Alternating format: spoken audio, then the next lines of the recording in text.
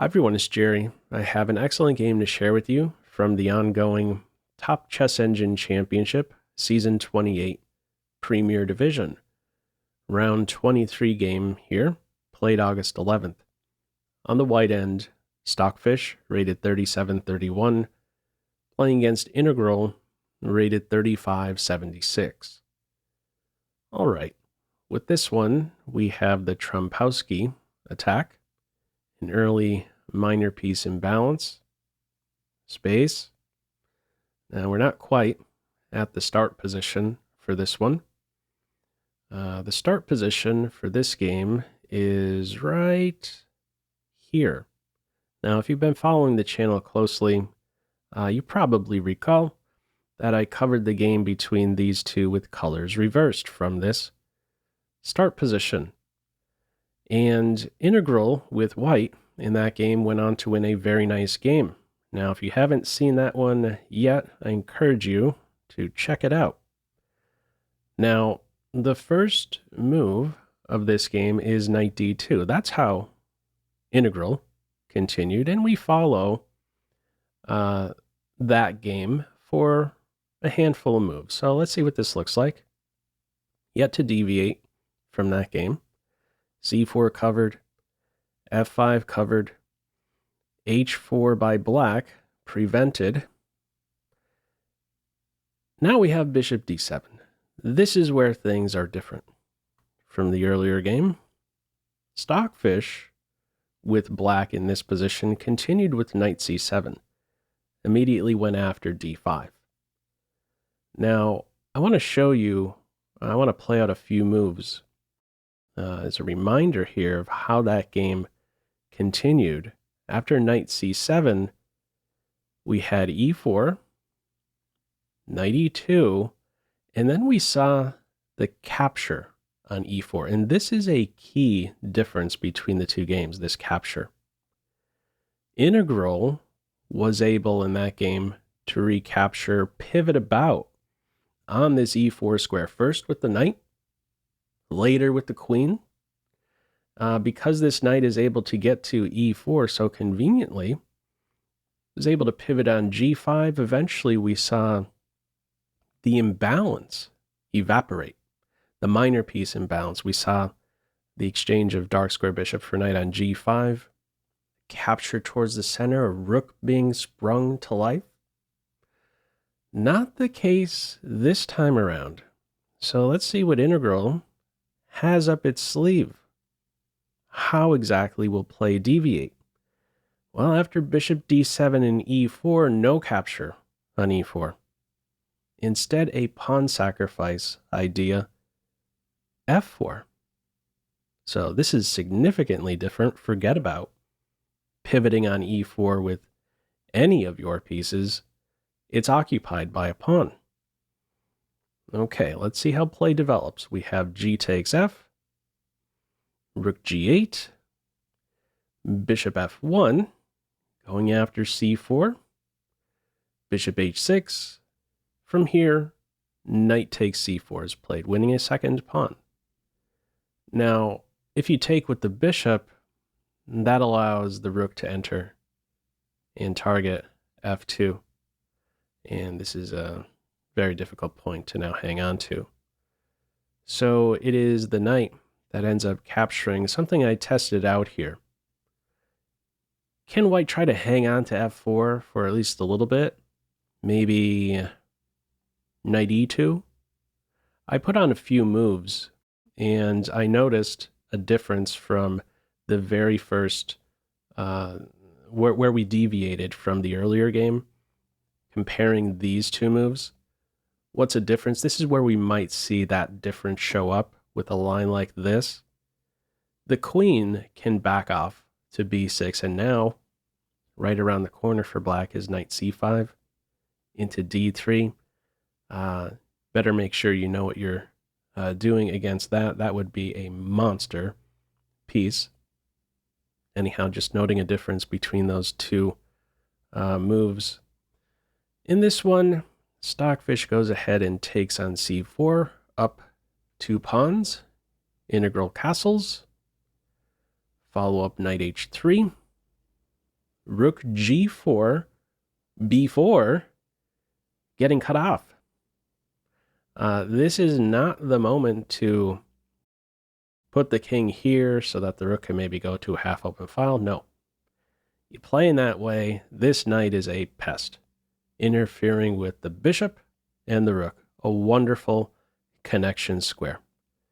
So before that's possible, the rook slips in, targets h4, pressure on f4.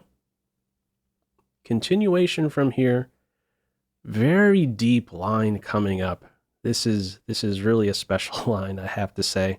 We have f3, rook takes h4.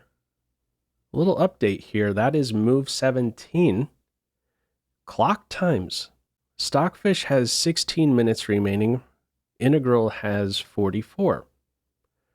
All right, let's see what the continuation is. We have b4. f3 was doing a couple things, targeting the rook, opening up f2 for the queen. Okay, queen kicked back.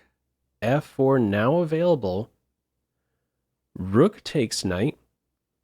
Rook takes rook. If you take with the bishop, it hangs this knight.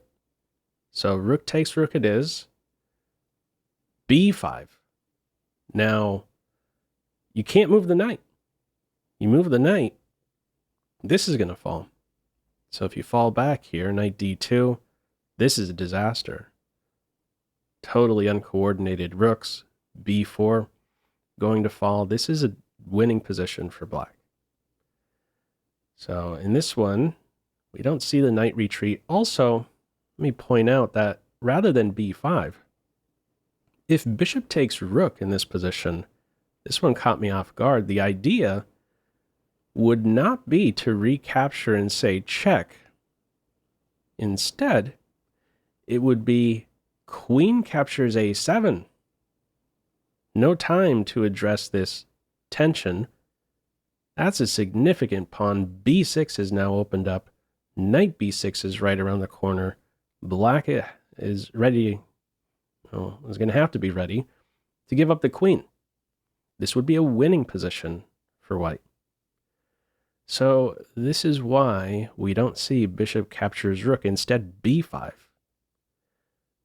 Queen e3, covering c3. Now the knight is maybe ready to move. Okay. Swiped. Rook takes h5. Let's pause for a moment. Where do we stand here? What kind of imbalance are we looking at? We have two pawns. Not sure which two to highlight. Two pawns and a rook versus a dark square bishop and knight. Follow up, bishop g7, queenside castles, queen b6. From here, we see a queen exchange. Now, if you try and keep the queens on board, first of all, what would be the justification for that?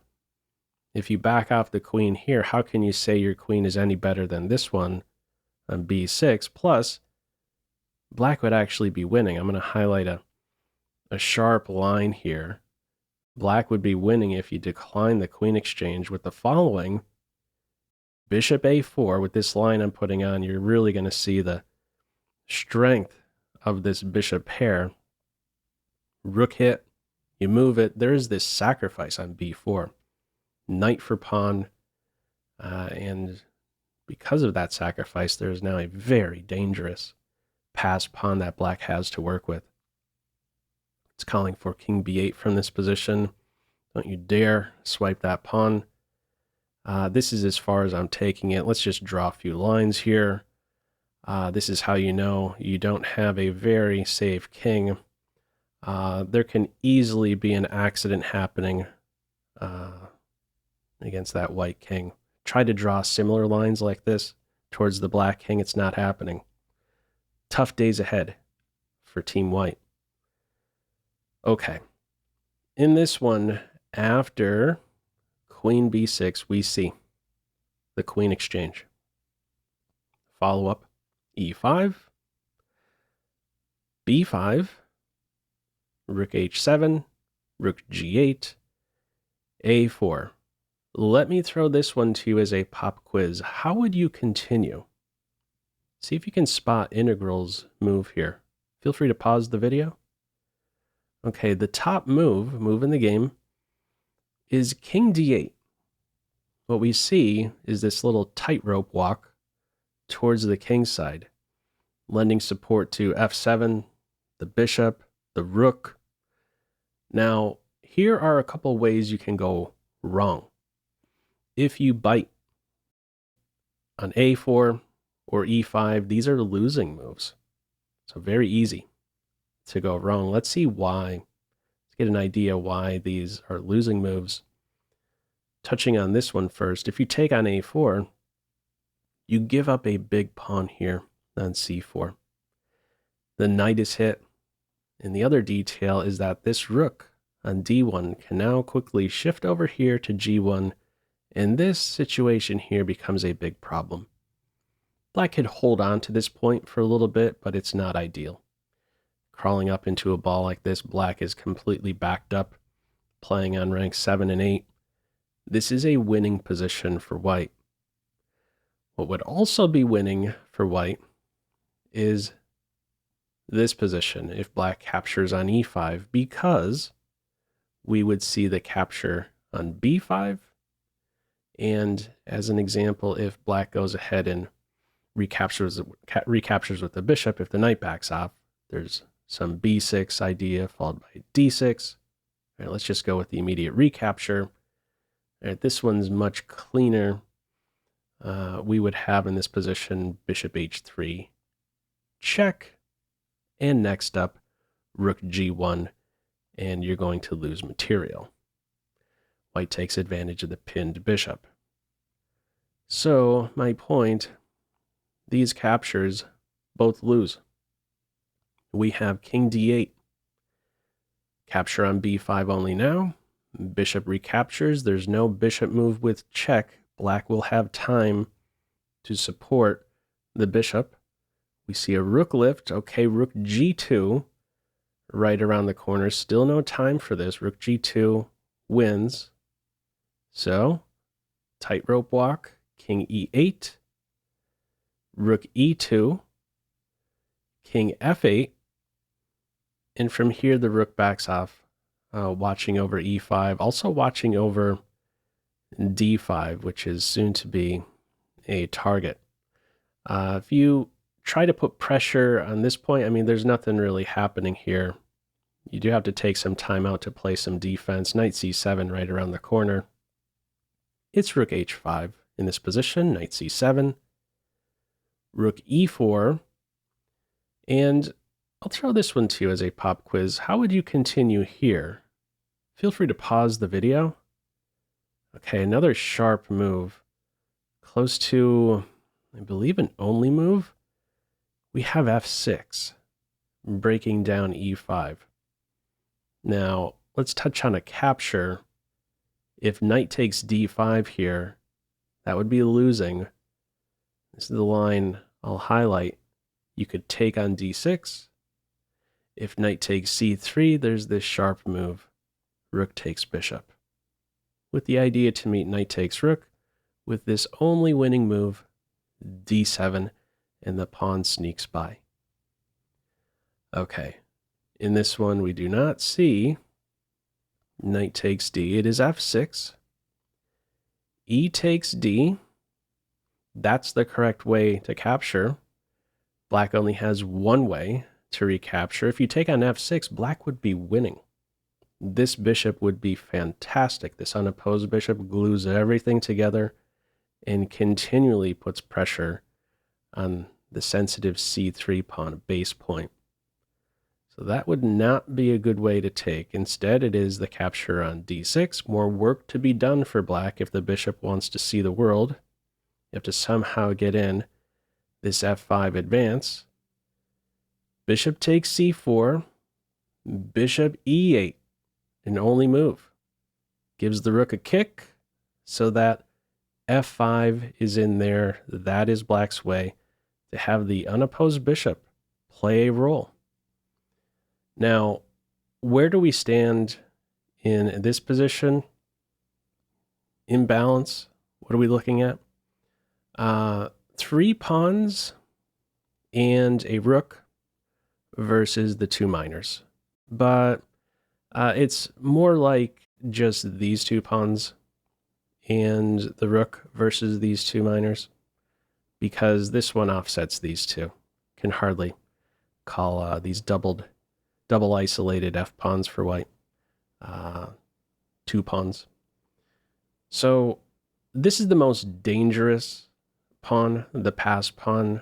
We'll see how integral tries to handle the b pawn. Follow up, bishop f7, king c2, and from here bishop f6. Now, if black tries to swipe d5, that would be losing. Here's why. If knight takes, bishop takes. In fact, regardless of how black captures on d5, you're giving up the bishop and following up with this one, skewer. If the d pawn falls and white ends up with these connected passers, that's too good for white. That'll be winning. And it's the same story if black captures first with the bishop. We got this same story going on. Even if this half-dead pawn falls, this is the more significant pawn, that is for sure. So d5, call it poison. From here it is bishop f6. Now d5 is defended directly. Now that the bishop is on f6, what's right around the corner for black? Potentially rook g2 and rook d2, rounding up d5. So rook d3, defense of d5, maybe defense of the rook d2 idea. Knight reposition to b6, that's one very good way to hold up any thought by the b pawn to start advancing. You're prepared to blockade and exert excellent pressure on these 2 points, c4 and d5. Now, final clock update here. Knight a8 is moved 38. 2 minutes remaining for Stockfish. 25 minutes remaining for Integral. All right, from here we have rook a1, rook check, king b3, knight b6, rook a6. You have to hold on to b6. Don't let this d pawn fall. We have bishop d8, bishop b5, looking to defend d5 from a more active post. Also, by being on c6, at least you could start thinking about advancing the c pawn now, rolling with your majority. Now, black creates some checking distance at this moment, plays rook g1. If you want to start rolling with the pawns, hang on. There might be a check on b1 or c1, and those pawns could be sensitive, b4, c4 pawns. Now, rather than rook g1, what's happening if black takes on d5? Let's test out each capture. Both are losing. Let's see why. If knight takes d5, there's bishop c4. And this point is going to collapse soon. Cannot afford to give up d6. Also, if bishop takes d5, there's rook takes, knight takes, rook takes d6, and you win some material. This is winning. Too strong. There's no desperado sacrifice hoping for some opposite color bishop position. For instance, knight takes c3. You don't even have to take straight away. It says you could and still be winning, but much cleaner would be to collect the bishop with check and meet this counter punch with a counter punch. You have checks on d7 and e8 there, and only then you could take the knight. All right, the d5 pawn remains a poison pawn, so some checking distance created at this stage. Follow up, bishop c6, king g7, and from here rook a7. Bishop's now in a pin. Just to emphasize, if you do run with the pawns c4, yep, rook b1, this is trouble. How are you holding things together? King here, another check, c4 is going to fall. You play in this direction, b4 is going to fall. So not so easy to get rolling. It's rook a7 in this game. Black breaks the pin. Rook d2, rook f1, check, king f6, rook h2. From here, we're going to see some repetition. King g6, rook g2, king f6, rook h2. If black tries something different, a capture on d5 with either piece, or a capture on f3, these would all be losing moves. Let's see why. So revisiting my favorite poison pawn to take, this fails. There's rook captures bishop, bishop captures knight. That is a winning opposite color bishop position. The light square bishop in the end on d5 is fantastic. Really dominates the board. Also, if you take on d5 with check, this one's crystal clear because we would have mate. Okay, and finally, if we try and grab here as black the f pawn, that's a problem because there is a check on h6. And now what? d6 is going to fall soon. If you play to g6, this is a funny line I tested out. Yeah, you could take advantage of the pinned bishop. Seems like black is able to hold on to this, right? But we would have this really special looking checkmate, rook f7. Anyhow, don't try to swipe either pawn in this position. It's losing. So we repeat a little bit. And at this stage, Stockfish says, play ball. No repetition. Pressure on the knight. From here, rook takes f3 is played. If there's the capture on d5 with the knight, in this position, same story. That same tactic is there. Rook takes bishop, bishop takes knight. If bishop takes knight in this position, things are a bit different because we would not have checkmate on h6 with the king on g6, but white would have in this position rook d7 going after the d6 pawn, and this could only be held together for so long. Bishop e7 in this position, not c4. Rook f3 is available, but what you can play is rook d2, and eventually you're going to win material. So you can't hold that one together. So d5, still a poison pawn. We have rook takes f3 in this game. From here, rook g2 check, king f6, rook h2, king g6. Once more, Stockfish declining this repetition, going for more. Pressure on the bishop. It has a responsibility. Have to watch over the knight. Bishop c7 it is. Rook f8. From here, rook takes f4 is played yet again. This is poison. Not for the reason you may be thinking in this case. However, if knight takes on d5, you don't take on f7 just yet. Rook takes f7, not forceful enough. That would be a window for black to take on c3 with check. But what you can play is rook g2, kicking the king to a more vulnerable square. A nice geometric continuation. Rook takes bishop would now be the moment. Hits with check, follow up, bishop takes knight, collecting the rook next. Finally, testing out the other capture in this position. If bishop takes d5, bishop takes, knight takes, what are you doing about this pressure? Well, the king is now cut off, forced to the edge. Where do you go? Be careful here. Got to go to h7, otherwise rook h8 mate. And f5 falling. This is a winning position, targeting the knight, threatening mate. d5 remains poison. In this one, rook takes f4, rook takes bishop, king takes rook, rook check, rook takes bishop, each side. After the smoke has cleared on that continuation, now work with passed pawns. B pawn has been passed for a while. Black has an F pawn that is now passed.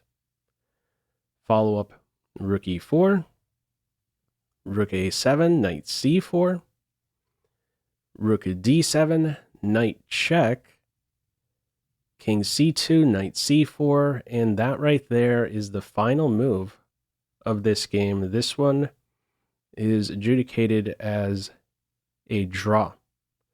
There's an improved TCEC draw rule. I'll put this up on the screen.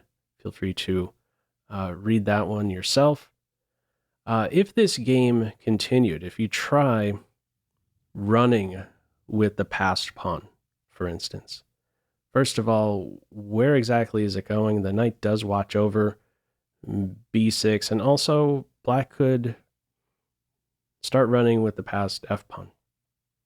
b6 in this position, actually taking is not good because this d6 pawn would fall. You could continue to march. Black is in a spot to meet b7. That would be a losing move in this case with rook e2 to b2.